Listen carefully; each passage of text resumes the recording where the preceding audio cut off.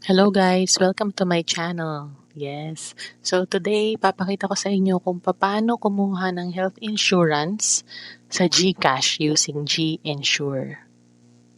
So ayan nga, i-click nyo lang yung icon ng G-Insure, tapos makikita nyo no, maraming options sa insurance, hindi lang health. Merong life, merong vehicle, merong ayan, lifestyle. Ito yung breakdown ng bawat category. Meron din for property. Ayan, for goals, meron pang ganun. Meron for travel insurance. Nagamit ko na to before nung nag-travel ako. Meron ding life insurance and accident. So, ayan. Actually, pwede nyo yung ma-browse sa mismong app. Napakadami ng options. Pero today, magfo-focus tayo dito sa health insurance, medical plan. So, ano nga ba itong 100-in-1 medical plan, no? So, i-click mo yan sa app. And then maglo-load lang siya. And ito yung page na makikita mo.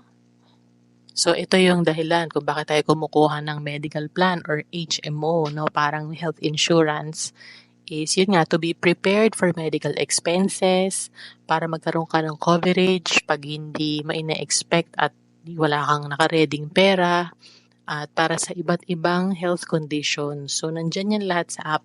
Pwede nyo siyang tingnan, pwede nyo i-click yung complete list kasi actually madaming nakalista na mga iba't ibang klase ng sakit. And minimum natin is 100 pesos per month for coverage. O di ba napakamura.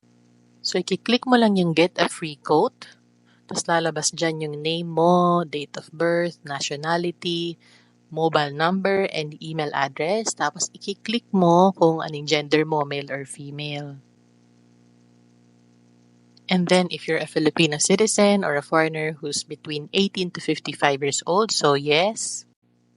Tapos yan, lalabas na yung mga options no, ng plans from bronze, silver, and gold. So kung mapapansin nyo, iba-iba yung pricing no, from bronze, silver, and gold. So, syempre, depende sa package yan. And yung pricing yan is depende rin sa profile nyo. In my case, depende sa age ko.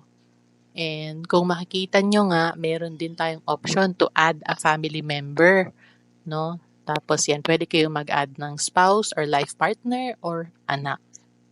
And yung edad ng spouse is between 80 to 55 years old lang at yung anak ay between 30 days to 22 years old. Yan, so i-close na natin yan. And kung mapapansin nyo, meron pang option to check for discount. So check din natin yan.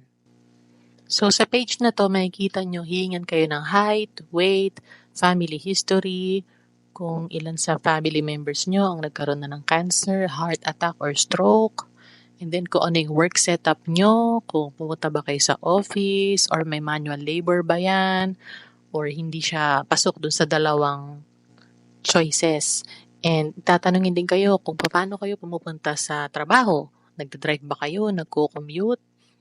Ayan. So, dito naman sa declarations, kailangan nyo ring i-check or i-declare kung meron kayong mga naging sakit in the past 2 years. Andyan yung list of serious conditions, no? Mababasa nyo rin yun sa app. And itong last 2 conditions is kung hindi daw kayo nagkaroon ng medication for more than 14 days, na ospital, na operahan, or nagkaroon ng medical treatment, or kung hindi daw ba kayo nag-claim before na na-decline kayo sa insurance. So yun yung mga declarations na kailangan nyo i-confirm bago nyo i-click yung I have read and agree with the declarations above, and then save and continue. Yan, and then i-add nyo lang yung height nyo in centimeters and yung weight in kilograms. Actually, may option din ng in feet and in pounds, no, doon sa kabilang tab. And then, pinili ko na nga sa family history na walang nagkaroon ng ganong sakit, no, ng cancer, heart attack, or stroke. And describe ko yung current work ko is I go to the office.